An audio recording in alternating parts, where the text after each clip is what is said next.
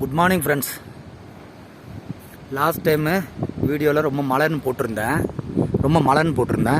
இப்போ பாருங்கள், மழை விட்டுருச்சு. இந்த 2-4 நாளாக காற்று ஸ்டார்ட் ஆயிடுச்சு. இங்கே பாருங்களேன், இந்த ஏரியாவில் மழை அடித்தாலும் பிரச்சனை, காற்று அடித்தாலும் பிரச்சனை. காற்று அடிச்சிருச்சுன்னா என்னென்னா, ஃபாரஸ்ட் ஏரியான்றனால இங்கே அடிக்கடி பவர் ஷட் ஆகும். ஏன்னா இந்த ஃபாரஸ்ட்டு தாண்டி அதுக்குள்ளே தான் எலக்ட்ரிக் போல் இருக்குது. மரம், கிளை, இலை அப்படி விழுந்துச்சுன்னா பவர் ஷட் ஆகிறதுக்கு வாய்ப்பு இருக்குது. அது இல்லாமல் பாருங்கள், இந்த இடமும் இந்த டேம் எல்லாம் ரொம்பிருச்சு. எவ்வளோ அழகாக ஆயிடுச்சு பாருங்களேன். டேம் ஃபுல்லாக ஆயிடுச்சு பாருங்கள். இன்னும் பார்த்தீங்கன்னா ஒரு கொஞ்சம் மேலே டச் ஆகணும், அதான் லெவலு. என்ன அழகாக இருக்குது பாருங்கள், லாஸ்ட் வரைக்கும் பாருங்களேன். எல்லாம் எவ்வளோ பாருங்கள், என்ன இந்த வெயில் அடித்தா எவ்வளோ சுறுசுறுப்பாக வேலை செய்கிறாங்க பாருங்கள். ஆனால் மழையில் அப்படி பண்ண முடியாது. அங்கே பாருங்கள், மாடு கண்ணுக்குட்டி எல்லாம் பாருங்கள் எவ்வளோ சுறுசுறுப்பாக இருக்குது பாருங்களேன்.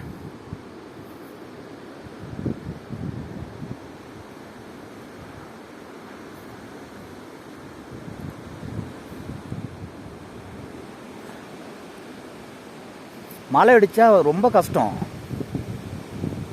வெயில் அடிச்சுன்னா பாருங்கள், தண்ணி ரொம்பனுக்கு அதுக்கும் இந்த பசுமையாக இருக்கும். இன்னும் ஒரு வாரத்தில் எல்லாமே பசுமையாக ஆகிடும். ஓரளவுக்கு கொஞ்சம் பசுமை திரும்பிட்டு இருக்கு. புல்லெல்லாம், மரம்லாம் பார்த்திங்கன்னா பசுமை திரும்பிட்டு இருக்கு. இந்த இடத்துல ஒரு ஹைலைட் பாயிண்ட் என்னென்னா, இந்த டேம் தாங்க. பார்க்குறக்கு அவ்வளோ லுக்காக இருக்கும், எவ்வளோ ரம்மியமாக இருக்குது பாருங்களேன்.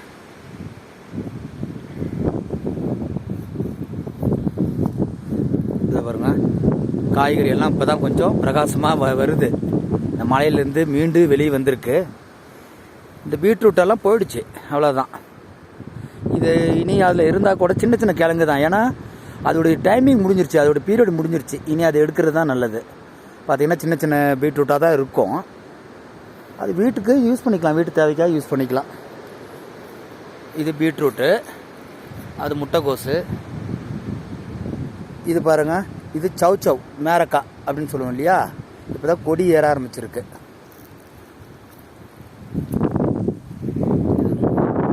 அடுத்தது இருங்க, ஸ்ட்ராபெரி காட்டுறேன்.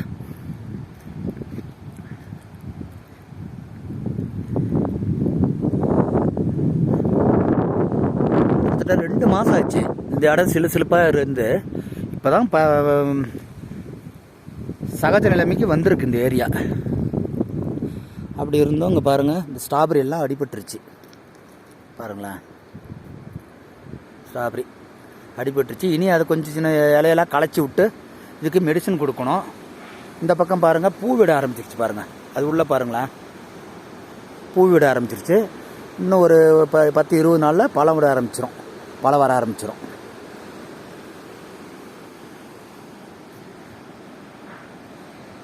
அந்த மலைக்கு அந்த பக்கம் பார்த்தீங்கன்னா டாப்பில் தெரியுது பாருங்கள், அந்த மரத்துக்கு அந்த பக்கம் காட்டுறேன்.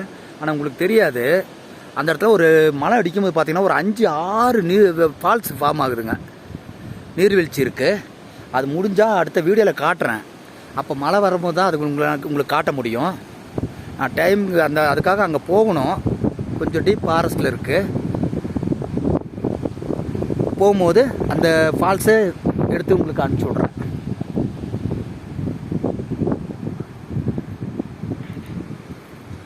பாருங்கள், அந்த தம்பி பாருங்கள், போன வாரம் எல்லாம் குளிரில் தொப்பி, மப்ளரு, சொட்ரு எல்லாமே உடம்பு போட்டிருந்தாரு. இப்போ அடிக்கிற வெயிலில் பாருங்கள் எல்லாம் கழட்ட ஆரம்பிச்சிட்டாரு பாருங்கள் அந்த தம்பி. அந்த டேம் பாருங்கள் எவ்வளோ லாங்காக போகுது. அது அந்த லாஸ்ட்டில் போயிட்டு காட்டுறேன். அந்த கார்னர் தெரியுதுங்களா, அந்த மண் சரிஞ்ச மாதிரி இருக்குது பாருங்கள். அங்கேருந்து அப்படியே ரைட்டில் டேர்ன் ஆகி அந்த பக்கம் பவர் ஹவுஸ்க்கு போகுதுங்க, அவலாஞ்சின்ற ஏரியாவுக்கு போகுது. அது அப்படியே லெஃப்டில் திரும்பிச்சுன்னு சொன்னால் இந்த பக்கம் எமரால்டு டேமு ப்ளஸ் இத்தலாறு கவர் ஆகுது.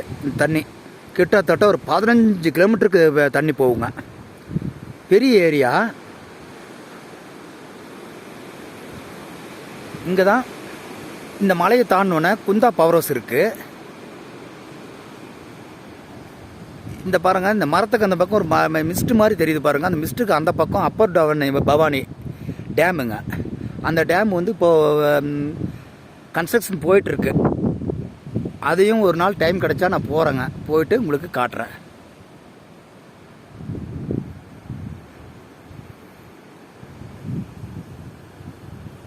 Okay friends, thank you.